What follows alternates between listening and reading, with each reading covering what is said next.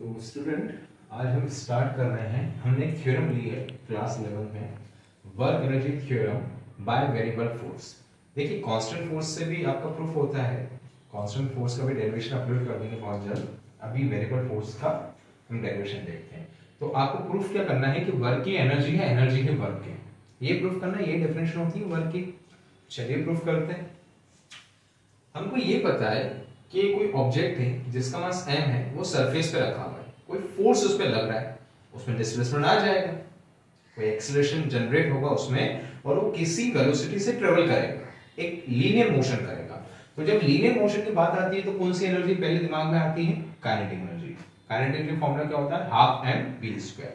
मैं मान के चला कि भैया इनिशियली मेरा ऑब्जेक्ट रेस्ट के अंदर था, तो कोई फोर्स आया, एक्सटर्नल फोर्स आया, और उसकी वजह से जो मुझे गति मिली है वो v वेलोसिटी की मिली है, इसलिए मेरा फॉर्मूला हो गया वहां पे काइनेटिक एनर्जी का हाफ एम वी स्क्वायर। ये मैंने यहाँ पे रख लिया। अब मैं दोनों तरफ एक काम करूंगा, left hand side right hand side differentiate करूंगा विद रिस्पेक्ट टू टाइम। मैं टाइम के फॉर्म में क्या कर रहा हूं? डिफरेंशिएट कर रहा हूं। तो d/dt k d/dt half M V square. यहाँ पे हाफ और मास, ये मास मेरा डेड मास है, क्योंकि ऑब्जेक्ट का मास बदलने वाला थोड़ी है।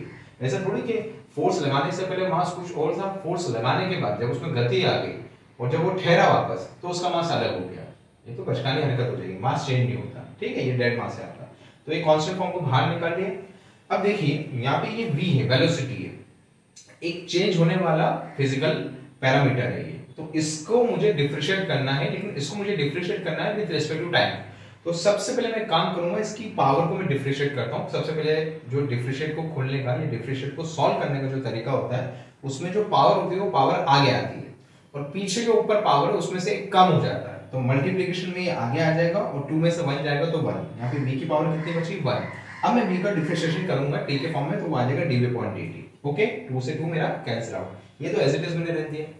फिर यहाँ पे इसको देखिए, कुछ ऐसा मेरा फॉर्म बन गया। ओके, 2 से 2 कैंसिल होने के बाद अब ये आ रहा है change of velocity with respect to time. ये होता क्या? एक्सेलरेशन। इसकी जगह मैंने a लिख दिया।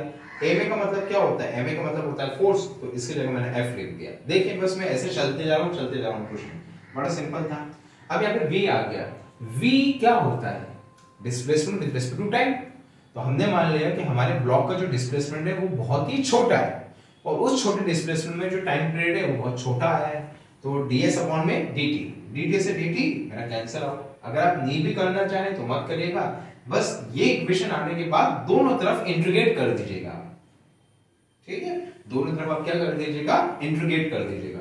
मेरा इंटीग्रेशन स्टार्ट हो रहा है, लोअर लिमिट है मेरी इनिशियल काइनेटिक एनर्जी इनिशियल, और फाइनल मुझे जाना है काइनेटिक एनर्जी फाइनल तक जाना है, ठीक है। यहाँ पे मेरी लोअर लिमिट है 0, क्योंकि मेरा ब्लॉक रेस्ट में था, और फाइनली मेरा डिस्प्लेसमेंट जा रहा है s तक जा रहा है। अब मैं दोनों तरफ इंटीग्रेट करने वाला हूँ। इंटीग्रेट करने पे ये वाला जो फॉर्म बचेगा वो ke बचेगा, ठीक है। मैं आपको एक ट्रिक पे बताता हूँ, वैसे कोई ट्रिक नहीं है। जब भी आप मैथमेटिक्स पढ़ते हैं तो जो आपके गुरु जो होंगे, जो आपको मैथ्स पढ़ाएंगे, वो इसका शॉर्टकट तरीका बता देंगे आपको कि जब भी डिफरेंशियल और इंटीग्रेशन के साइन होते हैं तो ये दोनों एक दूसरे को कैंसिल आउट कर देते हैं। खाली यहाँ पे काइनेटिक एनर्जी आएगा, लिमिट आप लगा दीजिए इनिशियल से फाइनल, इससे ही कैंसिल आउट हो जाएगा। खाली आपका s बचेगा। f तो आपका क्या है? आप किसके फॉर्म में इंटीग्रेट करें? s को फॉर्म में इंटीग्रेट करें, f को बाहर निकाल लीजिए, तो ये दोनों एक दूसरे को कैंसिल आउट कर देंगे। खाली s बचेगा। अपर लिमिट आपकी s आ गई, लोअर लिमिट आपकी 0 आ गई। बस upper limit minus lower limit कर दीजिए। यहाँ पे भी upper limit minus lower limit, upper limit minus lower limit, कुछ ऐसा रिलेशन आ गया। अब ये क्या बताता है? आपका चेंज इन काइनेटिक एनर्जी। और fs का मतलब क्या होता है? वर्क। तो आ तो गया, change in kinetic energy is equal to work, और work is equal to change in kinetic energy. अगर आपका ब्लॉक रेस्ट में है, जो कि मैंने माना था, मैंने इनिशियली आपको बोला था जब मैंने डेरिवेशन स्टार्ट करा था कि वो रेस्ट में है।